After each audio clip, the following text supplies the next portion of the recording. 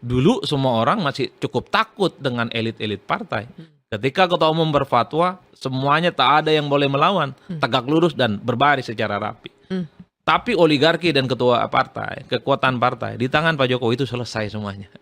Mas, Partailah yang tunduk kepada Pak Jokowi itu sebenarnya. aduh, gini, Dalam tanda kutip ya tentu iya, saja. iya, iya, Mas Hadi. Ada benarnya, tapi sedikit. Kalau sakit hati hanya karena disebut sebagai petugas partai, dulu kita tahu kubu Prabowo Subianto itu sering ngata-ngatain Jokowi sebagai apa? Jauh lebih ekstrim. Kelemar-kelemar, oh macam-macam lah. Bahkan saya nggak tega untuk mengulang itu. Kalau kita tracking satu persatu. Bahkan Fadlizon itu hampir tiap hari itu bikin puisi itu. Oh macam-macam. Jauh lebih sadis perkataan-perkataannya. Jadi kalau hanya sebagai sebutan partai itu kemudian membuat Pak Jokowi bermanuver di tikungan air, bagi saya nggak terlampau signifikan argumennya. Begitu banyak sebutan-sebutan kepada Pak Jokowi yang jauh lebih ekstrim dulu, disebut PKI lah.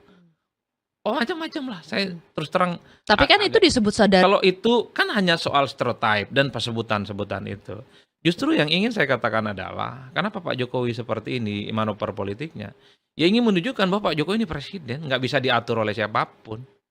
Bahwa sebagai presiden yang dipilih langsung oleh rakyat, tak ada faktor yang paling determinan bisa mengintervensi dan mendikte Pak Jokowi. Itu adalah sebagai moment of the truth sebenarnya. Yang ingin ditunjukkan juga kepada Pak Jokowi, presiden itu harus ada eksepsionalnya. Mungkin kalau kader-kader yang lain, dia kader biasa, mungkin dia hanya sebatas gubernur, bupati, dan wali kota, bolehlah disebut sebagai petugas partai. Tapi presiden sepertinya agak sulit untuk dikonteskan. Jadi presiden itu harus diletakkan di atas segala-galanya. Meski pada saat yang bersamaan, Silvia, harus kita akui, siapa sih yang bukan petugas partai kalau dia masih menjadi anggota partai?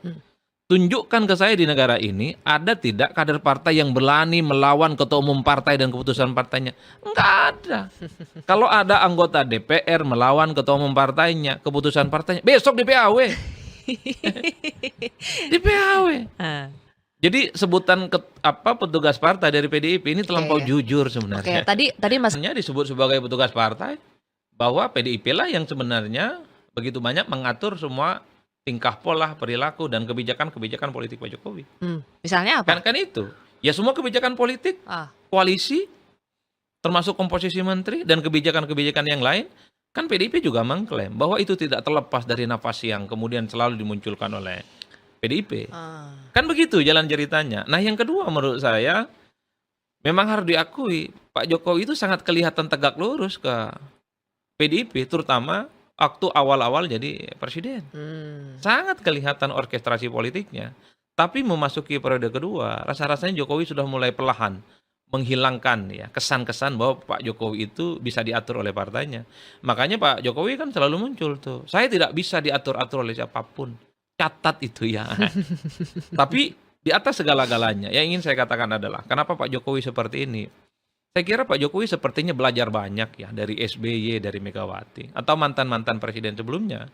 Bahwa setelah mereka tak jadi presiden, mereka itu punya kekuatan politik yang bisa diperhitungkan. SBY tak jadi presiden, dia bisa mengendalikan Partai Demokrat. Megawati tak jadi presiden, bisa mengendalikan PDIP. Nah ini yang sepertinya secara politik saya tangkap, bahwa Pak Jokowi boleh tak lagi jadi presiden, tapi punya satu orkestrasi politik, punya permainan politik melalui anaknya. Namanya Gibran Rakabuming Raka.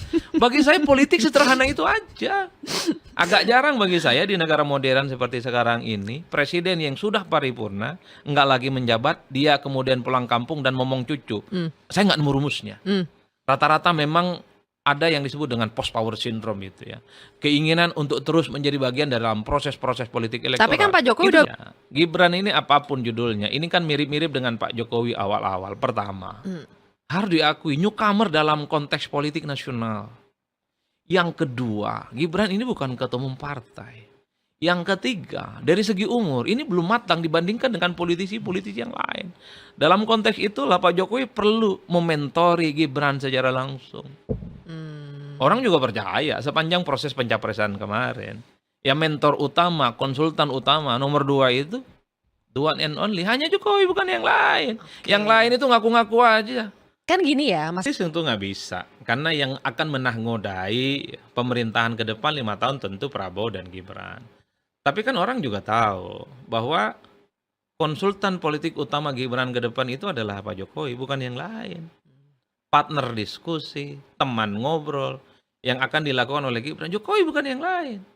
Jadi sekalipun Pak Jokowi tak ada di tengah-tengah gitu, tapi semua kebijakan politik Gibran, manuver politik Gibran, langkah politik Gibran ke depan, saya kira memang itu bagian dari replika dari Pak Jokowi. Eh, Itu yang kemudian menurut saya per hari ini saya tidak akan mengedit ah, pernyataan saya itu. Jadi Gibran itu adalah Jokowi Junior. Jokowi Junior. Jokowi Junior. Jadi ingat waktu itu ada Di offensif dan mau head to head dengan lawan-lawan politiknya. Kalau Pak Jokowi dikritik paling jawabannya jangan begitulah, saya nggak begitu. Jangan tanya saya. Gibran nggak nyerang balik nih anak. lu ingat gak? Kait-kaitkan dengan ya super truck gitu ya, dianggap khilaf mengusung jadi wali kota di Solo. Tapi itulah Gibran originalitasnya. Jawabannya itu khas milenial. Di bawah umur 40 tahun. Ngomongnya itu tidak langsung agresif, tapi pesan yang ingin disampaikan Gibran, pernyataan Pak Hasto itu nggak penting, nggak layak untuk ditanggapi, udah itu.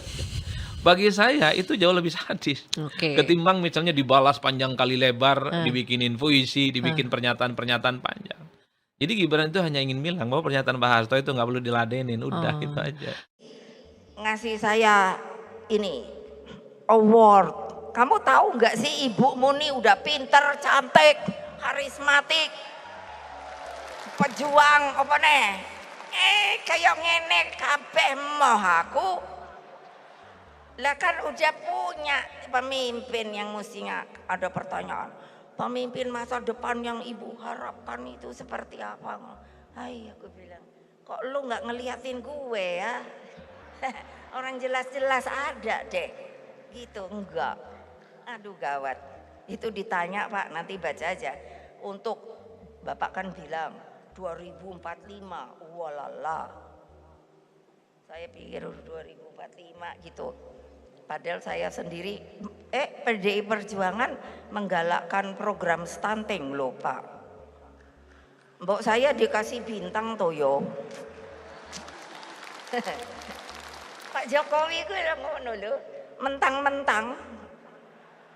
Lah iya, padahal Pak Jokowi kalau nggak ada PDI Perjuangan juga, aduh kasihan dah.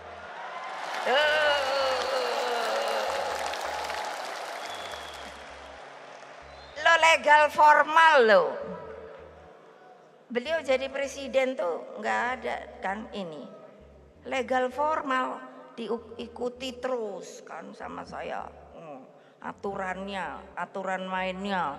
Terus Pak Ma'ruf, saya minta kaget Pak Ma'ruf. Pak Ma'ruf itu dulunya sama-sama di BPIP.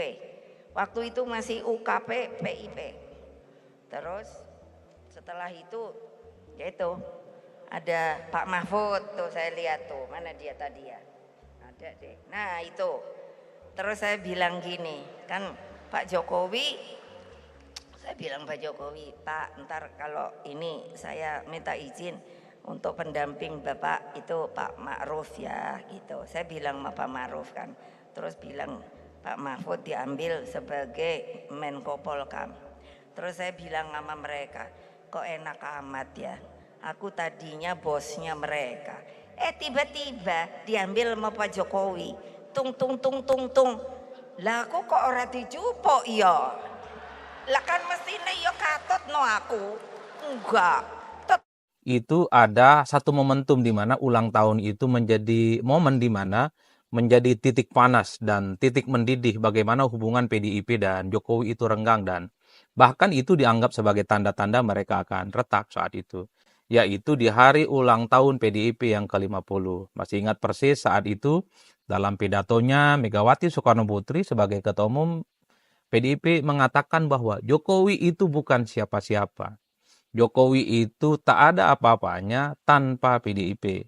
Bahkan tak berhenti di situ, Megawati mengungkit bahwa jeripayah yang sudah dilakukan oleh PDIP, di mana Jokowi menjadi wali kota di Solo, kemudian jadi gubernur, termasuk jadi presiden 2 periode di Indonesia, itu tentu tidak terlepas dari apa yang sudah diperjuangkan oleh militansi dan perjuangan politik yang secara solid sudah diperbuat oleh PDIP.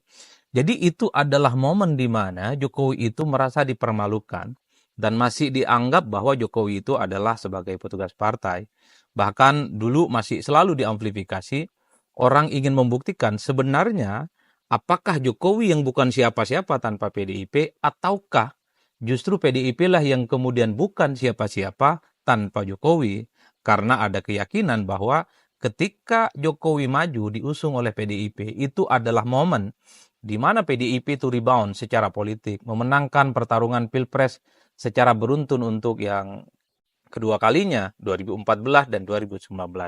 Jadi itu adalah momen yang selalu akan diingat oleh publik, baik oleh PDIP, oleh pendukungnya Jokowi, dan termasuk publik di seluruh Indonesia, di mana di hari ulang tahun PDIP yang ke-50, Jokowi merasa dipermalukan, dan sejak saat itulah kemudian hubungan politik Jokowi dan PDIP itu memang tidak baik-baik saja. Ya buktinya misalnya kita tahu, di hari ulang tahun PDIP yang ke-51, Jokowi tidak hadir. Konon ketidakhadiran Jokowi memang terkesan ada agenda lain di luar negeri, khususnya kunjungan politiknya ke Filipina.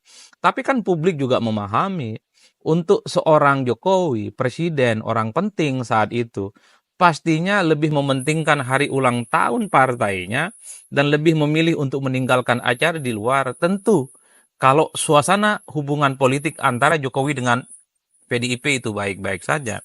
Jadi tidak mengherankan ketika di hari ulang tahun yang ke-51, 2024, Jokowi itu tidak hadir adalah sebagai upaya semacam kekecewaan dari Jokowi karena masih melulu dianggap sebagai petugas partai. Jokowi masih dianggap underestimate dan bukan siapa-siapa tanpa perjuangan yang dilakukan oleh PDIP. Padahal kita tahu ada satu peristiwa politik yang menurut saya menjadi titik temu bagaimana PDIP dan Jokowi itu mengalami hubungan yang cukup mesra dan baik-baik saja, yaitu pada hari ulang tahun PDIP yang ke-49. Semua orang ingat persis saat itu bagaimana dalam pidatonya, Megawati Soekarno Putri memuji Jokowi setinggi langit. Jokowi dipuji sebagai presiden terbaik, pemimpin terbaik yang berasal dari rakyat biasa-biasa saja. Dan bahkan kalau tidak salah, publik masih mengingat pidato Megawati saat itu, bahwa mungkin Jokowi itu adalah sebagai pemimpin yang belum bisa ada orang yang menyamai karir politiknya. Bisa dibayangkan, Jokowi ini adalah pemimpin yang inline karir politiknya, wali kota Solo, kemudian naik kelas menjadi gubernur di Jakarta, dan menjadi presiden 2 periode berturut-turut. Itu dipuji sangat luar biasa. Bahkan kita juga masih ingat ketika hari ulang tahun yang ke-49, saat itu masih kurang lebih sekitar tahun 2022, di mana Jokowi itu dinilai sukses sekalipun energinya habis untuk menanggulangi persoalan COVID, tapi pertumbuhan ekonomi di Indonesia itu masih jauh dibanggakan. Saat itu adalah bagaimana hubungan Jokowi dan PDIP mesra. Tapi setelah itu, Megawati dalam pidato politiknya sekali mengungkit bagaimana peran politik PDIP kepada Jokowi itu sangat luar biasa. Jokowi tidak akan jadi presiden kalau tanpa PDIP. Jokowi itu bukan siapa-siapa tanpa PDIP. Sambil ditunjuk-tunjuk di depan muka umum para hadirin yang saat itu, para pendukung Jokowi di luar PDIP itu kan bereaksi dan bahkan banyak mereka yang tidak terima. Kelompok-kelompok relawan, kelompok-kelompok aktivis yang selama ini berada di balik perjuangan Jokowi itu melakukan protes dan resistensi. Mestinya PDIP itu menganggap Jokowi itu sebagai milik seluruh rakyat Indonesia. Jangan lagi dituduh hanya sebagai petugas partai. Jangan lagi mengungkit-ungkit bahwa apa yang dilakukan oleh PDIP itu semata-mata membuat Jokowi menjadi presiden. Karena begitu banyak orang yang menengarai jadinya Jokowi jadi presiden 2014, itu tentu tidak terlepas dari relawan-relawan yang kemudian berjejaring di banyak tempat.